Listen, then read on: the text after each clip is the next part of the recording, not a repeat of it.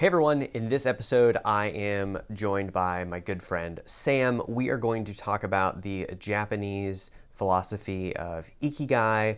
What is it? Where did it come from? How did Sam get started working with it and applying it to organizations as well as individuals and teams? We're going to talk about his personal story and how he found his purpose and intention in life. He's got some great tips around how to get in touch with your values and to really see if you are living those your day-to-day life. And also just some really practical tips for what you can do to grab just a couple minutes out of your busy day to take time to be present, to think about what really matters and how you can use that and build on it over time to get out of the craziness and chaos and stress that is our daily life. So with that, let's jump in. Welcome to The Mandate, a show featuring intimate conversations about men's mental health, masculinity, and identity. We bring you stories to inspire you, experts to guide you, and the tools you need to become the man you truly want to be.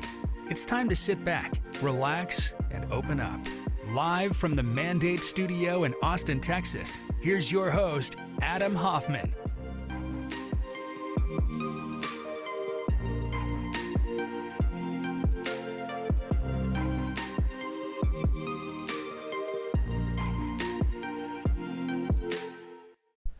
Just a quick heads up, we did have some audio issues with the recording of this episode, so you might hear some cracking or bzz pop up. I did my best to fix it, so when you see those black screens, that's because I was fixing it. And if you're listening on the podcast, well then you're just good to go.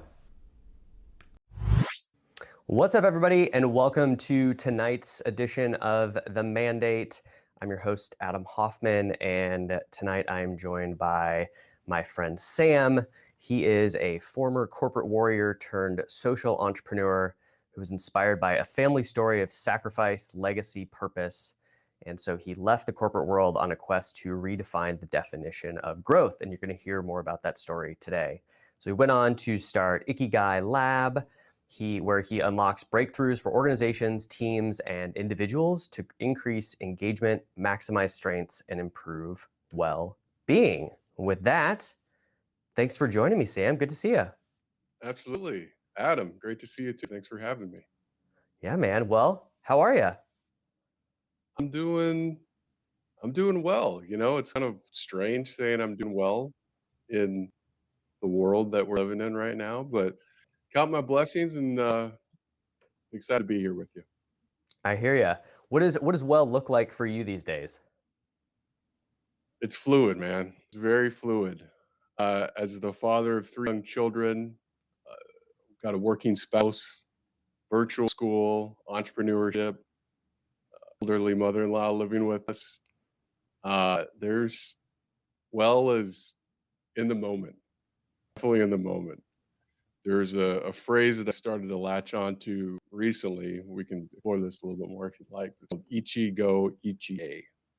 And it is like being present in the moment because every moment is just it's that moment and then it's gone forever. So it kind of anchors you in the present time and being more grateful for the experiences, in particular the experiences with another person. So I as love well, that. And say that phrase one more time? Ichi-go Ichi-e. So Ichi-go Ichi-e. yeah, And what helps you stay in the present moment the most these days? probably that right there, breathing. Um, well, for me personally, I think it's perspective. You know, kind of finding those moments, just ground yourself.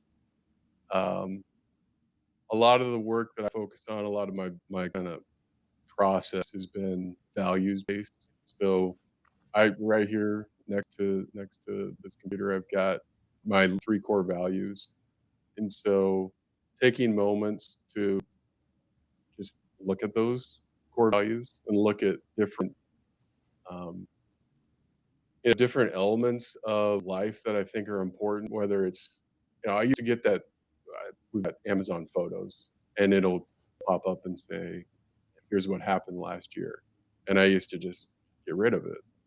And now I try to intentionally look at it every single day because it reminds me of just how quickly things move. I'm looking at the kids 2 years ago, and they're, now they're this tall, and now they're that tall. So just I try to put habits in motion that help me remind myself of what's important on an ongoing basis. Yeah, no, I love that. How did you get to those three core values? Yeah, I mean, so there's a process that's been created now. It's really heavy reflection based, right? So, from an when I started to dig into Ikigai, I was seeing a lot of linkage between Ikigai and positive psychology. And, you know, as I dug into that, I started to just look at like personal reflection and journaling and writing down different experiences that were important to me. And so through that experience and just a lot of testing with a lot of willing participants, walking them through like asking questions, just simple questions like think of an experience in your life that's meaningful and making space so that they have time to unpack. So the process initially is like take this universe of values and let's whittle that universe down to your top 10. And then let's go through a series of questions that are based on important people in my life, important experiences in my life, um, and sequence those questions, or excuse me, sequence those values down to your top three. And so um, it's very subjective, right? It's a subjective based process, but I think the beauty of it is that it allows for uh, kind of a uniform, unilateral, uh, internal understanding of self, and it cut across a lot of the more typical um, criteria that we use in defining another human being. So if you and I both say, hey, creativity is a core value of ours, but on every other dimension that oftentimes people are sorting and filtering the criteria by, whether that's religion, politics, gender, just all this stuff.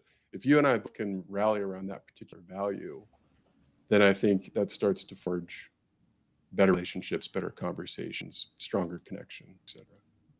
Yeah, I love that. Well, we've got a lot to dig into tonight, but I always like to start off and hear a little bit more about people's kind of personal experience with their mental health, emotional well-being. What does that look like for you over the years? How have you been able to find yourself being able to today show up and say, things are going well? Yeah. It's a lot of hard work, and I think that work's never done, right? So, I mean, for me, kind of the story is I was in corporate, working corporate in asset management, financial services for about 2 decades. The last 8 years, 8, 9 years was spent leading a management consulting group that would coach financial advisors. We coached about 1,000 financial advisors per year. We were going to market with a lot of growth, like a lot of growth programs, a lot of focus on growth, but that definition of growth was always anchored on financial growth. And it was always about grow the portfolio, grow the bottom line in the business. And it was very rarely about professional growth and next no conversation about personal growth. And so observing that in the industry over and over and over, I was just like, man, growth needs to be expanded. And then eventually it hit home like, hey, I'm the things that I'm complaining about, I'm living that as well. Like my pattern of decision making, my prioritization is based on financial growth, a little bit of professional, next to nothing on personal. And so that was a pretty big awakening for me. Eventually led to my entrepreneurial leap. Um, that entrepreneurial leap, I mean, we can dig into this if you like. That entrepreneurial leap, part one, was not successful. It was very challenging, very difficult. Really had to, um, like strip away my ego and come to terms with a lot. Well, let's talk about that. What did that look like? What does strip away your That's, ego mean? I mean, just little things I remember the very first time that I traveled without airline status. And it was a I humbling love moment, it. man. Humbling moment. Just little things like that were everywhere. Um, you know, they call the platinum gold, all that stuff, and I'm just sitting here waiting for them to call class whatever it was, and going in with everybody else. So it's just like little things like that used to be such a huge priority, right? Or just a priority that wasn't worth the weight and the gravity that it was placing on it. But still, it was like, man, this kind of sucks. I'm going to sit in the middle seat in row 27. Um, Little things like that, I think, helped start to strip away ego. I mean, when I initially left corporate, I took 6 months off, and my goal in that 6 month time frame was to learn again. I mean, I call it second adolescence, right? I was like, live in Seattle. It was to leverage this incredible community in Seattle to learn. So I was teaching financial advisors discovery techniques in my corporate gig. And so I was like, how can I leverage those discovery techniques to ask leaders of these organizations at Amazon and Costco and Nordstrom and Starbucks and et cetera, like, what do you do for this organization? How does it lead toward innovation? And so I did that for 6 months, and I really I call Seattle, like Seattle was a school. I went back to school, but it was the school of Seattle. And so I did it for 6 months, learned as much as I could, took that information, found concepts like emotional intelligence, design thinking, mindfulness, meditation, and thought, well, this is it. This is the solution. I'm hearing this from the leaders at the most innovative companies in the world, organization in the world. And so I'm going to go back to that old industry, and I'm going to help that old industry get better. I started knocking on doors, talking about mindfulness and emotional intelligence to an audience, largely male, largely, boomer, late 50s, early 60s, at high levels of wealth, and kind of the formula there, that plus that plus that plus that really equals a low appetite for change. Knocking on the door and saying, hey, you should consider emotional intelligence. It was tough. It was a tough sell. And What was the so, what were some of the reactions that you get when you bring emotional intelligence up and mindfulness at Amazon or what have you?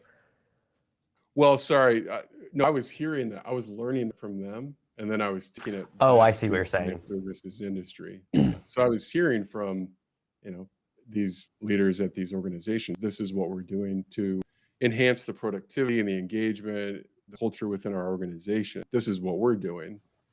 And so I thought, okay, I can learn from, and I'm getting all these different touch points from all these different leaders at these different organizations that are innovative and leading.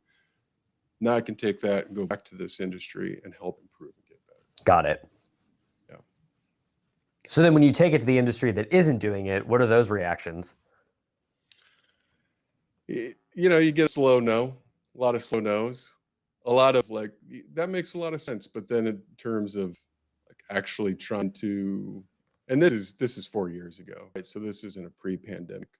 I think the industry, I think the society at large has shifted pretty significantly. But a lot of slow no's, a lot of makes a lot of sense, yeah.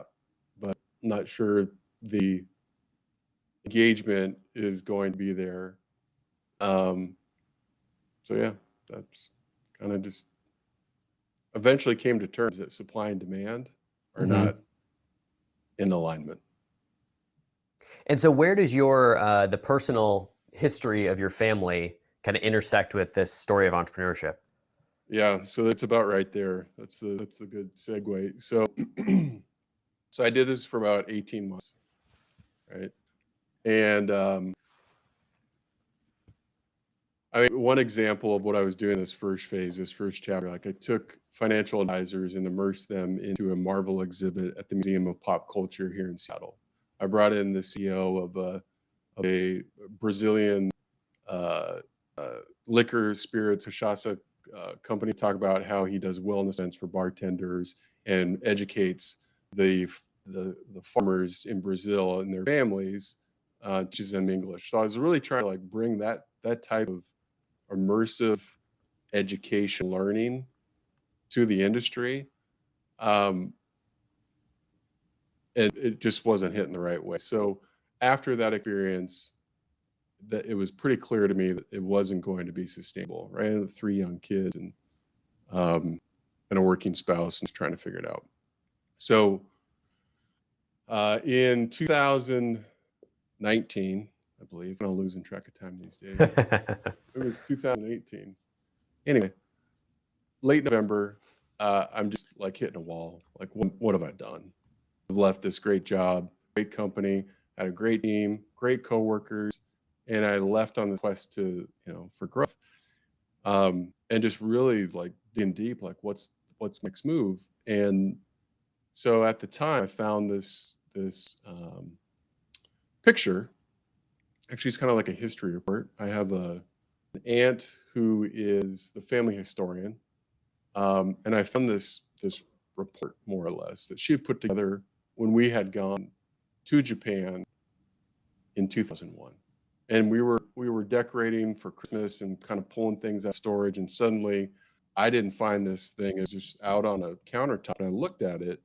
The last time I had seen it was in 2001. So as I start, reading it and look at these pictures, I realize this family story. And I was aware of this family story. I had visited Japan in 2001, was very familiar with the story, but it was just the timing was impeccable. And it helped me understand that sometimes there are, without getting overly woo-woo, there are forces that are out there that are looking out for you. Okay. So I find this picture. So here's the story.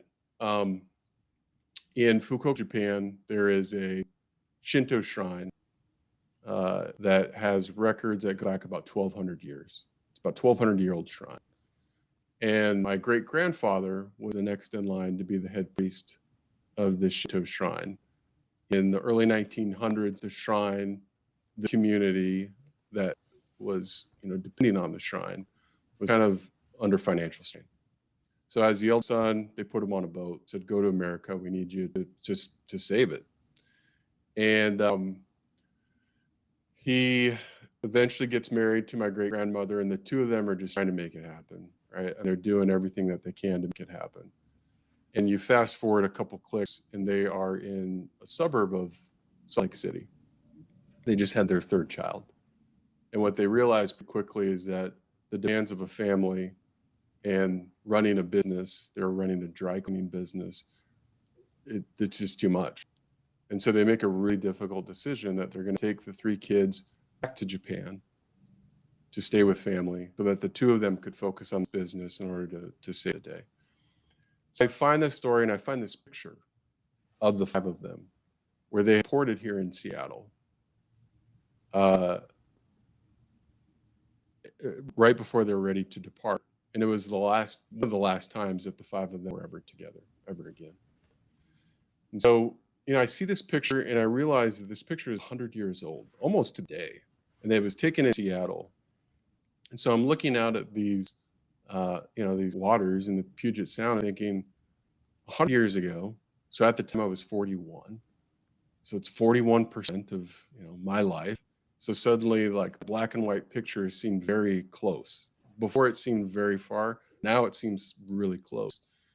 And they jumped into those waters right there with 3 kids and did that because they were trying to preserve the legacy of the shrine and the community and everything that depended on it. Where things really got kind of unique and spiritual, if you will, the ages of those 3 kids were the same ages as my 3 kids when I left. Wow. And so I'm looking at pictures of these 3 kids and I'm looking at my 3 kids and I'm just thinking, how did they do that? How did they make that decision? And then you fast forward roughly 20 years and they had made their way into small town Nebraska, Lawrence, Nebraska, where I grew up. And Shigeo, my great grandmother, passes away. And at the time, this is 20 years later, at the time, now, Taka, my great grandmother, she has 2 kids in Japan. She has 4 kids in America. She just lost her husband. She's a widow. And roughly 18 months later, the Japanese bombed Pearl Harbor. So she's got the legacy of the shrine depending on her. She has family over there. She has family here. She's trying to save this ancient shrine. And she has a son in Japan that gets drafted into the Japanese army. She has a son in America, who's my grandfather that I'm named after, who enlists in the American Army and joins the 442 Battalion, one of the most highly decorated units in U.S. military history, all Japanese American men. Japanese Americans, there may have been some women involved as well. And she perseveres. She loses that son in Japan. My grandfather comes back a war hero, and that shrine exists today. So in 2001, that we went to visit that shrine. I have a distant cousin who is the 49th consecutive generational head priest. His son Kotohide Ushio will be the 5th consecutive generational head priest. And so I find this story, and suddenly that just clears the air.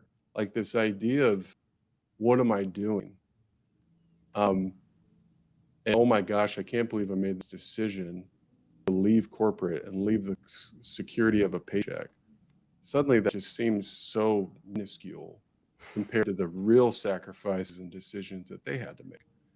And so right around then, I'd started to learn and dig into this Japanese philosophy called Ikigai, coincidentally sparked by Aunt Julie, who retired early because of her reason for being. And it helped me. It cleared the air, and then I really started to understand that I've got experience, I've got talent in instructional design and change management. And how can I leverage that experience instead of helping, professionals within an industry maximize growth within their P&L? How can I leverage that experience to help people do purpose-driven change management? So what that turned into was about 25 days of flow state where I made the decision, like, all right, this is it. I'm pulling the plug on the old thing and starting this new thing. I'm going to hang a shingle saying I'm doing this Japanese philosophy called Ikigai.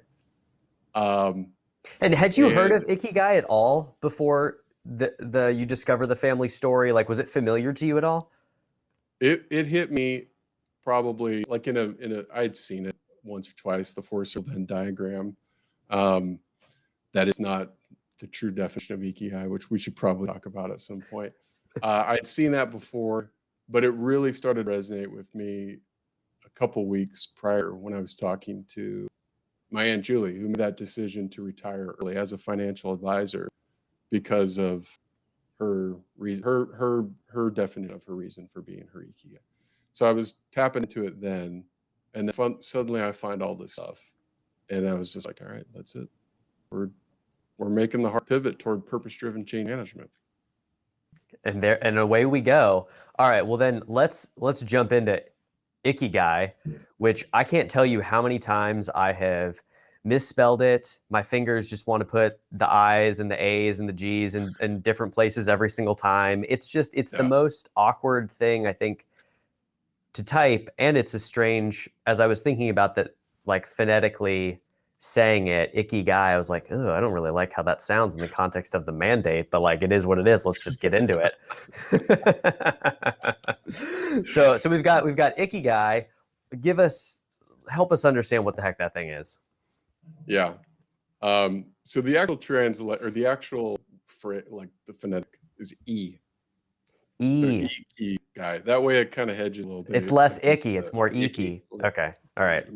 I already learned something new. There you go. So it's it's derivative of 2 words: Iki, which means life, and Gai, which means value or worth. Okay. No direct English translation. It can be interpreted as your purpose, your reason for being, and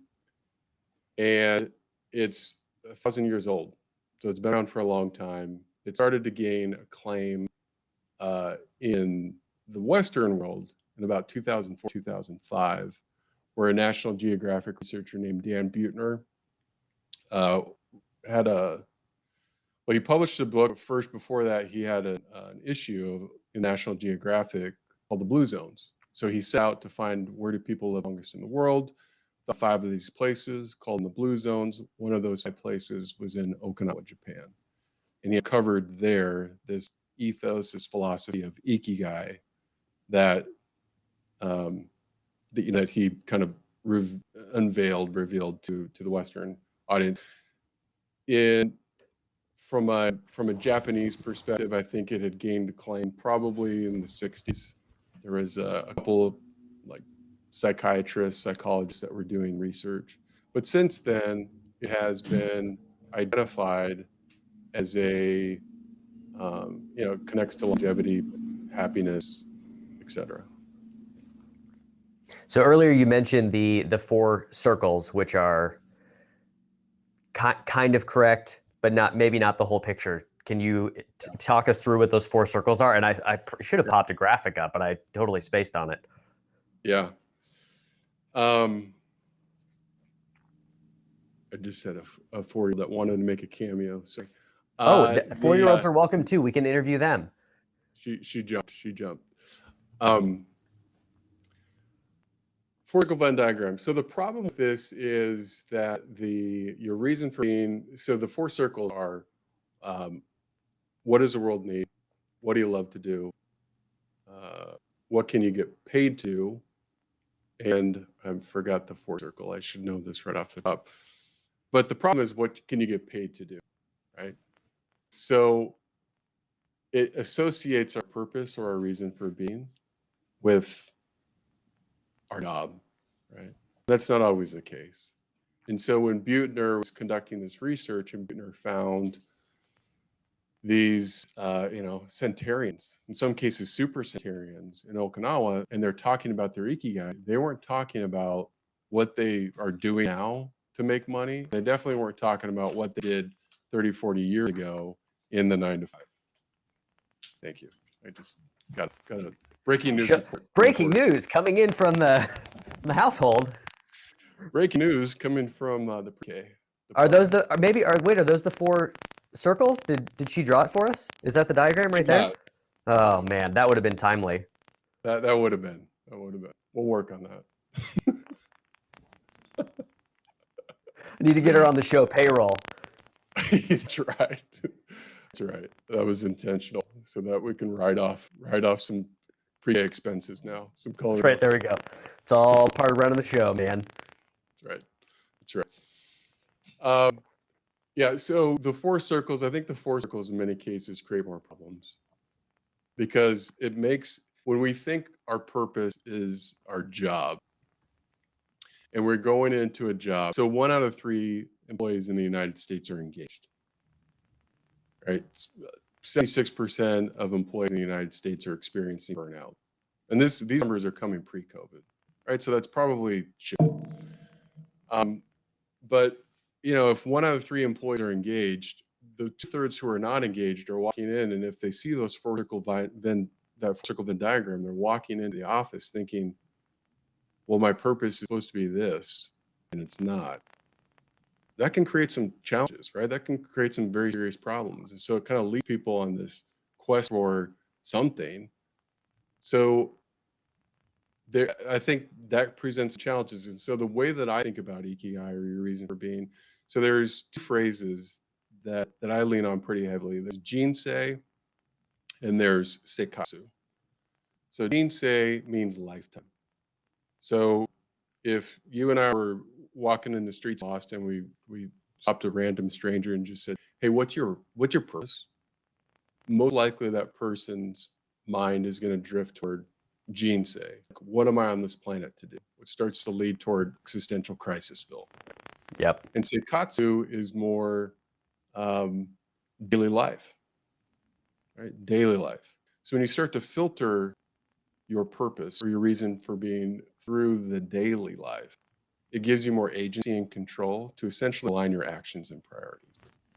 So if I can think, about what am I doing today to be more intentional? And if I live that day, aligning my actions with my priorities, I'm living my Ikigai.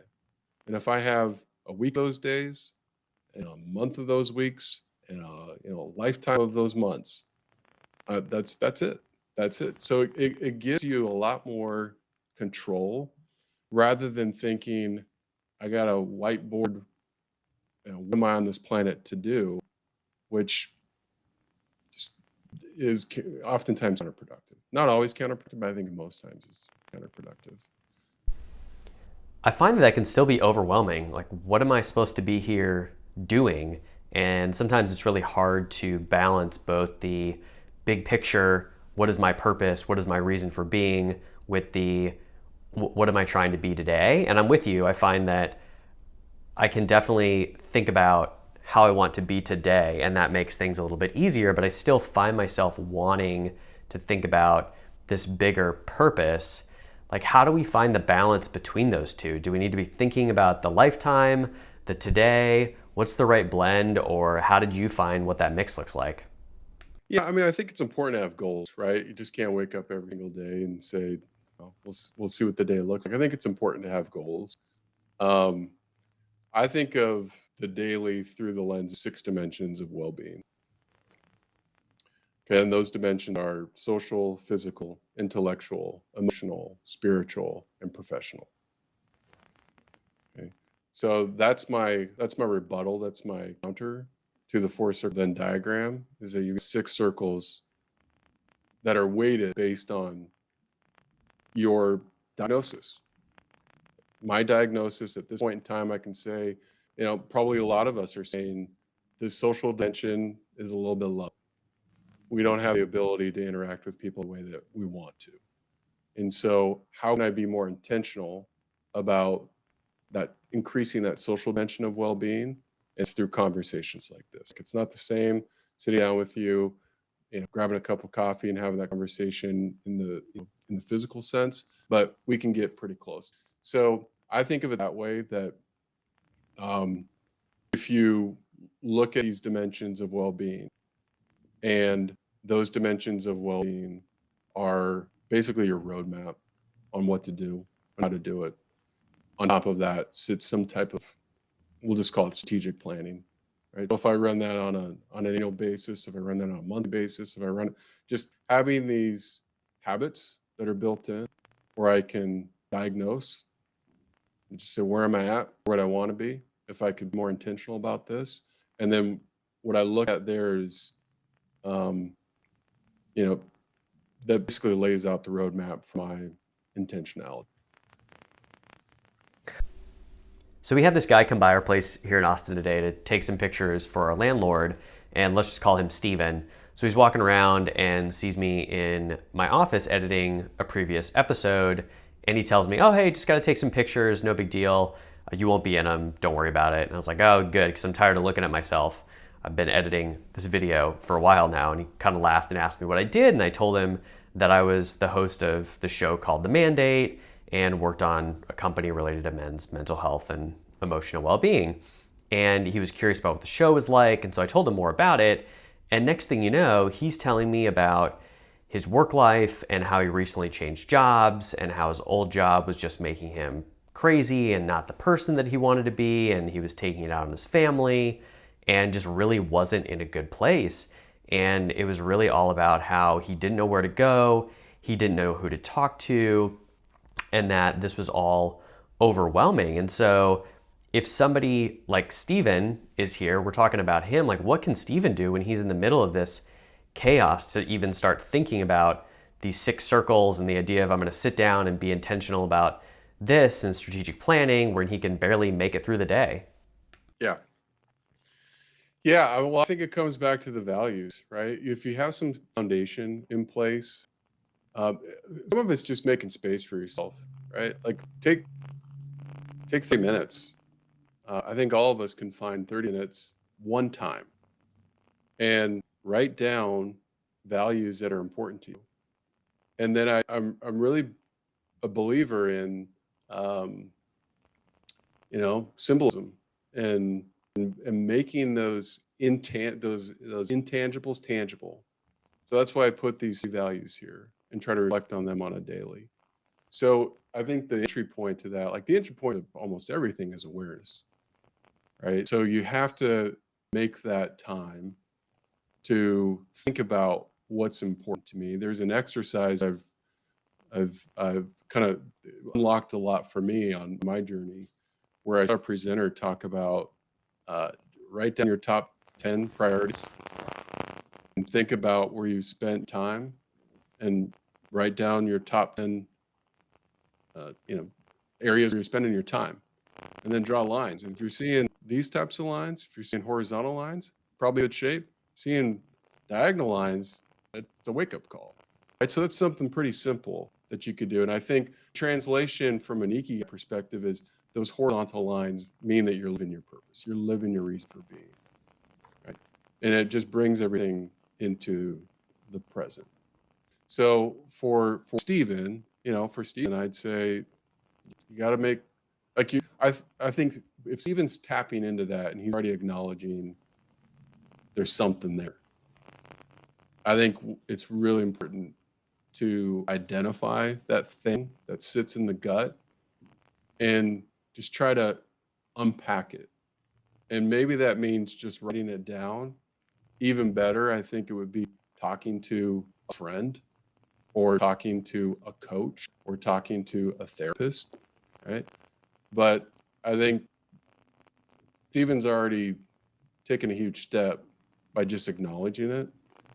And that's the entry point for transformation, right? But I think the other thing I'd hedge and say, Stephen, it's not, there's no secret sauce, right? There's no pill we can pop. There's no, lesson course that we can take. Like, it's this never-ending journey that we're on. And you just, at least for me personally, it's been like chip away, chip away, chip away, chip away, to live a more sustainable life. I like that. And I'm also sensing some fear and anxiety coming up for some guys, being like, you're telling me that I got to go sit down with my thoughts for 30 minutes to figure this out? Like, nope, I'd rather just go send some more emails. Like, what do you even do? What are you talking about? How you're telling me that I need to sit down with myself? Like, you're crazy, man. And at the same time, having done that before, it makes a huge difference. And I really like the concept of being able to make those two lists and looking at straight lines versus diagonal lines. And I remember the first time that I did something like this, and I made my list of what's important to me and where I spend my time, and there were no straight lines. It was just all diagonals, look like a spider web. And the only thing that was a straight line was sleep, because I've always had a healthy appreciation for sleep in my life. But I think for a lot of guys, it's hard to really even imagine sitting down, because the mentality is, I've got to provide for my family, which means I've got to work my butt off and do whatever it takes, grind it out and not complain, because that's my job. And that's what I was put here on the earth to do. And so if that's your mindset, taking 30 minutes for yourself is kind of terrifying. So what are some other things that guys can think about, or how can guys start to shift that thinking and reprogram that feeling of like, I just got to do my job, put my head down and grind it out? Yeah, I mean, I think, so much of our masculine culture is built around like optimization, right? Or like, if we think about optimizing, that gets a lot of people excited. That gets a lot of dudes excited. I want to Optimizing and optimize synergy, man. yeah, all those buzzwords.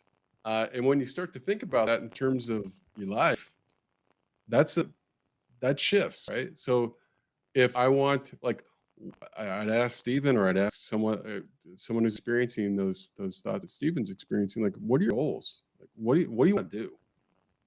And then draw the connection between your ability to optimize that experience to get to that goal is largely dependent upon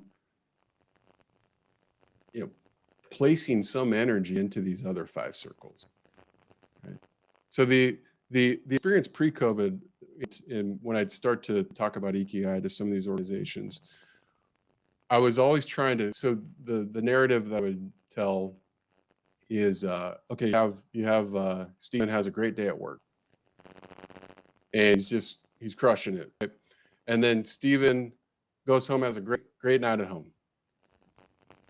Then Stephen goes to sleep, and at 2:00 in the morning, Stephen wakes up and he remembers he forgot to respond to a really important email.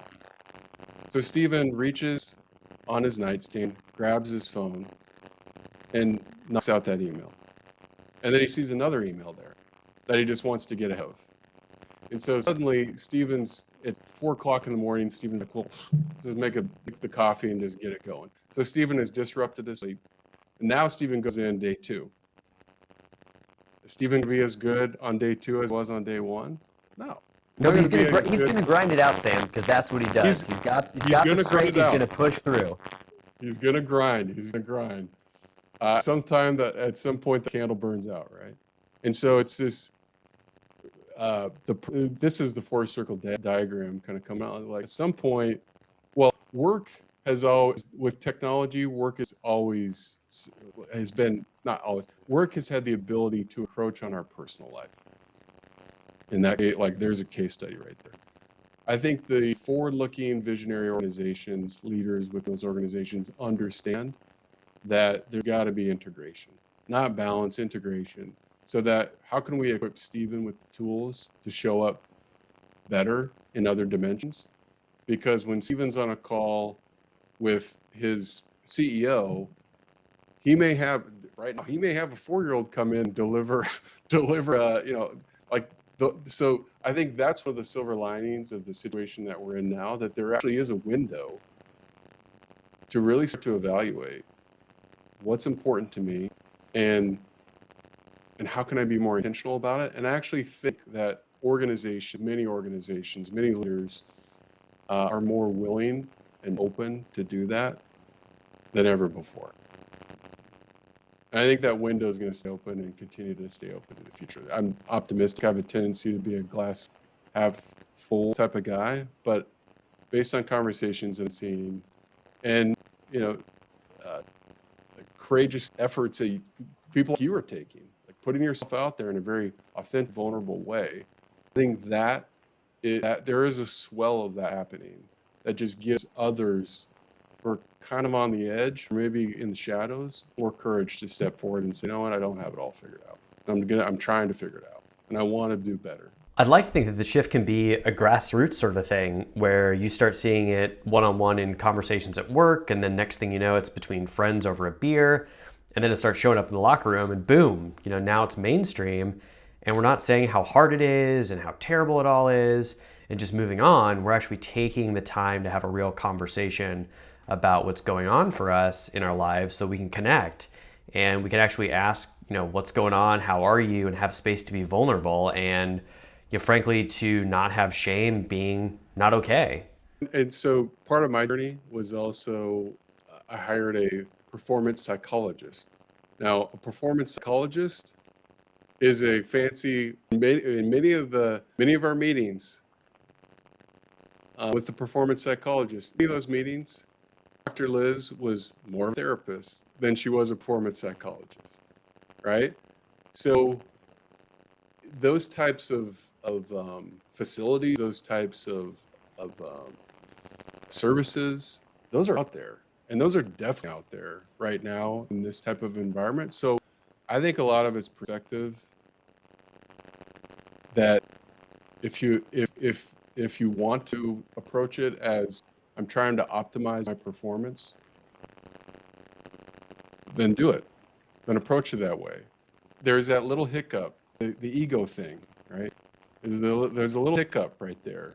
If you can step over that hiccup and just say, I'm trying to optimize my performance, I think that's a gateway to start to get into a lot of these kind of deeper, more meaningful conversations that lead toward more authenticity and vulnerability. I've been thinking about what that might look like and how we need this like Trojan horse approach to get mental and emotional well-being more widespread in men. And when you're just talking about that, I got this funny visual of giving your ego a lollipop like you would to distract a little kid. And your ego's like, oh my God, this is amazing. but you know that it's really filled with like the good stuff that you need. And so your ego is happy, it's a little bit distracted, but then that means that your soul or your spirit is cleared to take on some of that meaningful work to really shift to you being whole and truly being who you are. Yeah. Yeah, that's good. That's good. I can appreciate that as a father of 3 children. Yeah. All right, so you start Ikigai Lab and you're fully committed to it. Now here you are 2 or so years later. What does it look like? Yeah, so now what we're focused on in Q2, we'll launch a platform, an organizational platform that focuses on strengths-based coaching. So we got Gallup certified strengths coaches that kind of tap into positive psychology. We got a mindset toolkit helps subjective, reflective, values-based, and then also we match that up with data-driven research that helps people identify their top 5 strengths from the Gallup organization. And then number 3 is we're curating a group of well-being experts across these 6 dimensions of well-being. And so we go into organizations, we're currently going into organizations that's not tech-enabled. So in Q2, we'll launch a tech-enabled platform that essentially delivers a virtual water cooler that people can rally around, a third place, because we're introducing kind of professional and personal engagements in this. All with the frame of connecting purpose to potential. So if we can integrate total well-being into workplace performance, back to the earlier point, we can optimize, whatever buzzy term you want to use, like professionally, we're going to be better. Personally, we're going to be better. It's a win-win. That's awesome. All right, so that's the workplace. And I know you also mentioned recently launching the public community. What does that look like? Yeah, so we have a free community, community.ikigailab.co, where people can come in. We've got the 6 dimensions in there. We do engagements within the free community. We try to establish ongoing communication and engagement between members. The free community was launched about 2 months ago, 3 months ago. So we're kind of figuring things out, what that would look like. But we're really optimistic about just the level of engagement that some people have in trying to connect with others on this social dimension of well-being. So for example, we launched a virtual friends trip. Okay? So kind of embedded within the Ikigai curriculum is this concept called Moai. And Moai is families with shared values. This comes from Okinawa. Families with shared values would come together, and when their children were born, it's implicit within the culture that these children would be together throughout the course of life, provide emotional, spiritual, financial support. It leads toward longevity because you've always got a friend. Right? And so we embed those types of concepts like Moai into what we're doing within the free community. The virtual friends trip was, let's work through the 6 dimensions. You can't go to a beach in Mexico. You can't go wine tasting up here in the Seattle area. But we can connect with each other because that's what we're seeking right now. And what if we connect with each other and help each other improve within each one of these dimensions of well-being? So we do stuff like that within the community that we launch on an occasional basis. The way that we're looking at it is like it's a LinkedIn of well-being. Right? The digital page, there's a LinkedIn of well-being, and you can drop in at community.ikigailab.co. Well, the last thing I want to touch on tonight is something you mentioned earlier about a second or midlife adolescence. What did you mean by that? Yeah. So there's research. So I do a podcast also. I should mention podcast. And I was fortunate to interview an author named Jonathan Rauch. So Jonathan he's a contributing editor at The Atlantic. He's a senior fellow at the Brookings Institution. And he wrote a book called The Happiness Curve. And so I found this book while I was running a program called the Midlife or purpose speakeasy for midlife professionals, because no one wants to come out and say I'm having a crisis, but people kind of come in under the cloak.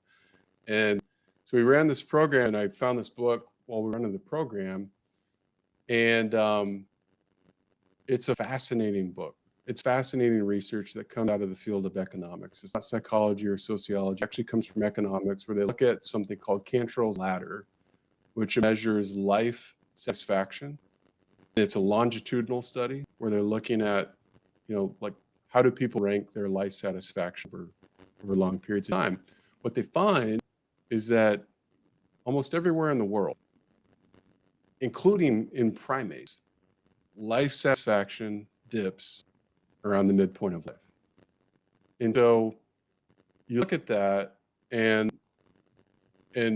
what that told me, and I think the message that I would take to someone who's in that space is, you're not alone, but it's not always a crisis, right? It's just kind of like you're at a stage where you're trying to figure out, like, it's kind of the Jinsei existential crisis purpose kind of concept. Like, I'm at the midpoint of life, I'm at halftime. What am I trying to do? I've got, like, I want to give more, but that also requires taking myself out of the comfort zone. And if right outside of the comfort zone is the panic zone, then I'm never going to leave. So it's like, how do you insert this middle zone, this learning zone between comfort and panic, so that if I do take a step out, I'm going to be safe, I'm going to be okay. So this second adolescence, I mean, for me, the second adolescence was this, like, some people collect baseball cards, some people collect porcelain figurines. I collect domain names, and I look at these domain names that I've collected over the years, and it's a good insight into what my perspective was at that point in life. Schoolofseattle.com, Seattleology.com, or I don't know. I was coming up with crazy stuff, but my perspective there was like, I'm 40. I mean, I left corporate 6 months after I turned 40 years old. And I joked when I left, saying, maybe it's midlife crisis.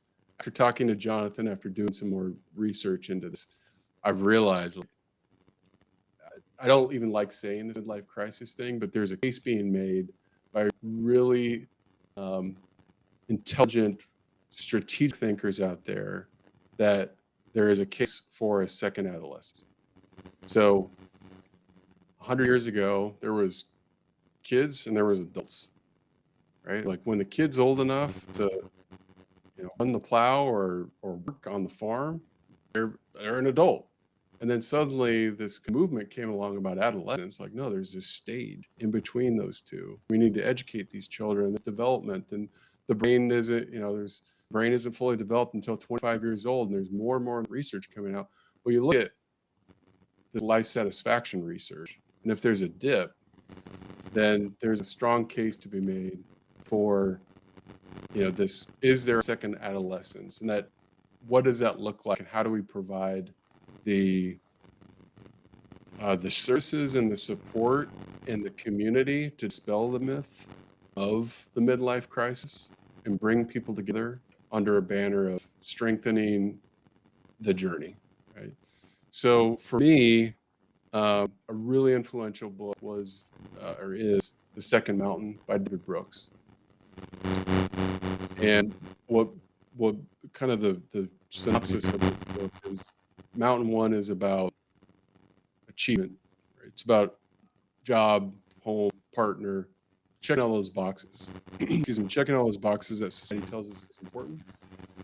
Mountain number two is about living a moral life, purpose, like generativity, help others, doing things in service of others. The problem is, between Mountain One and Mountain Two, there's a valley.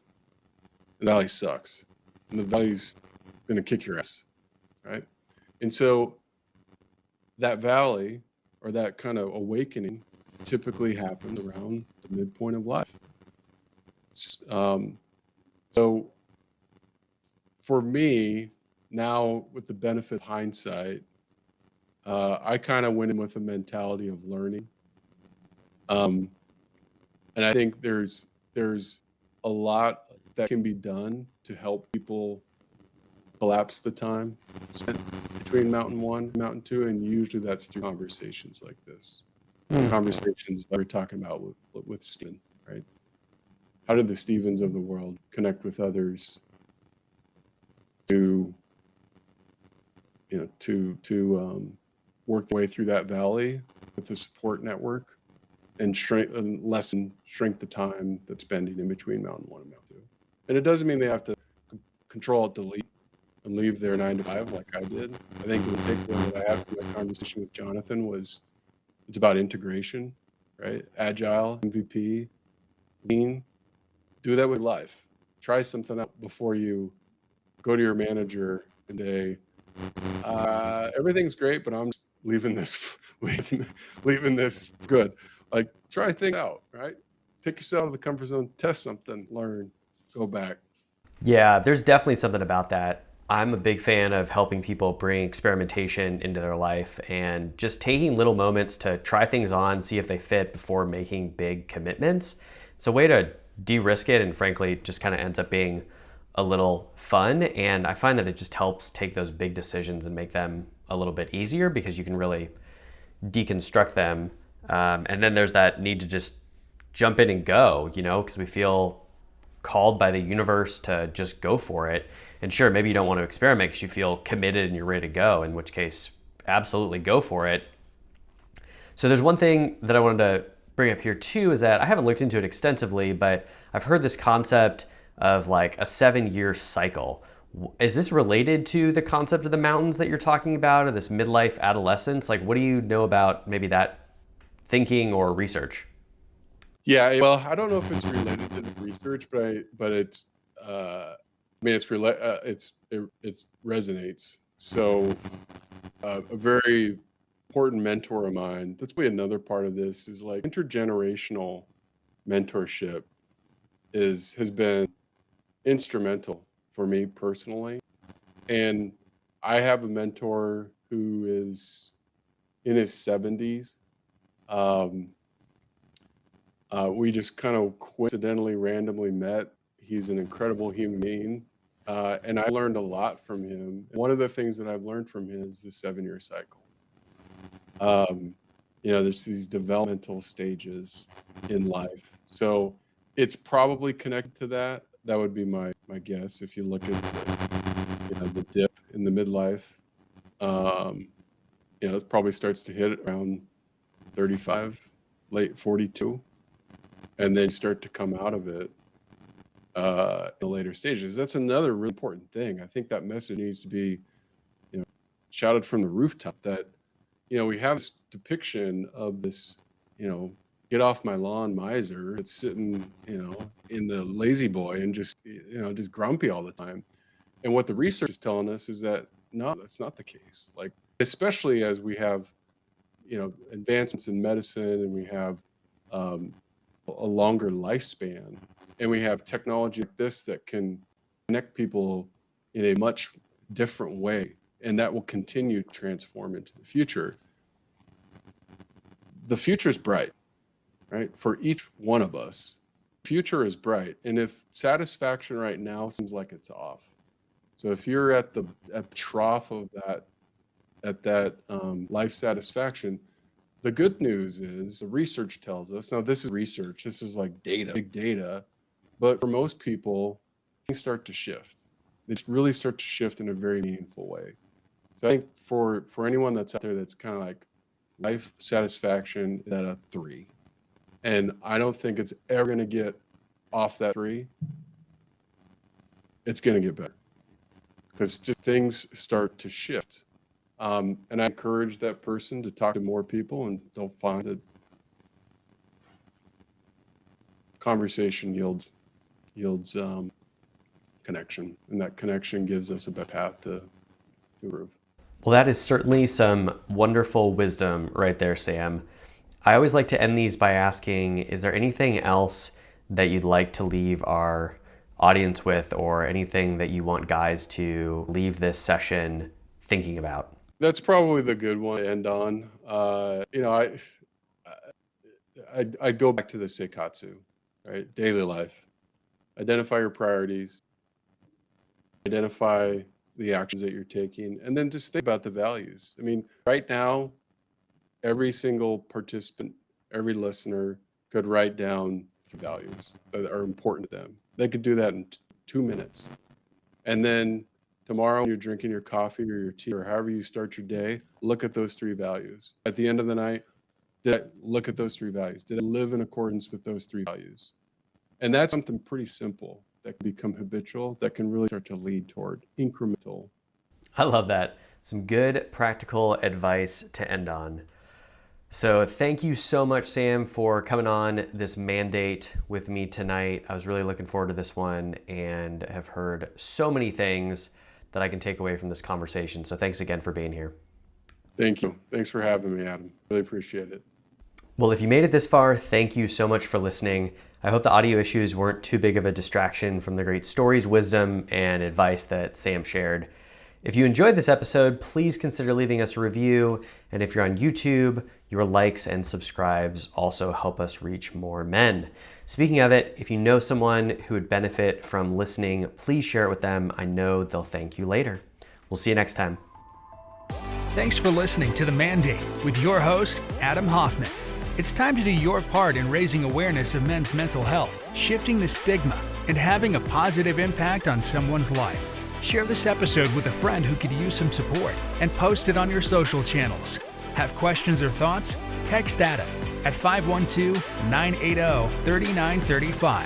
Find more episodes, upcoming live shows, and life-changing resources at mandateshow.com. Your mandate is to take your mental health seriously. Be courageous, stay vulnerable, live authentically. Until next time, y'all.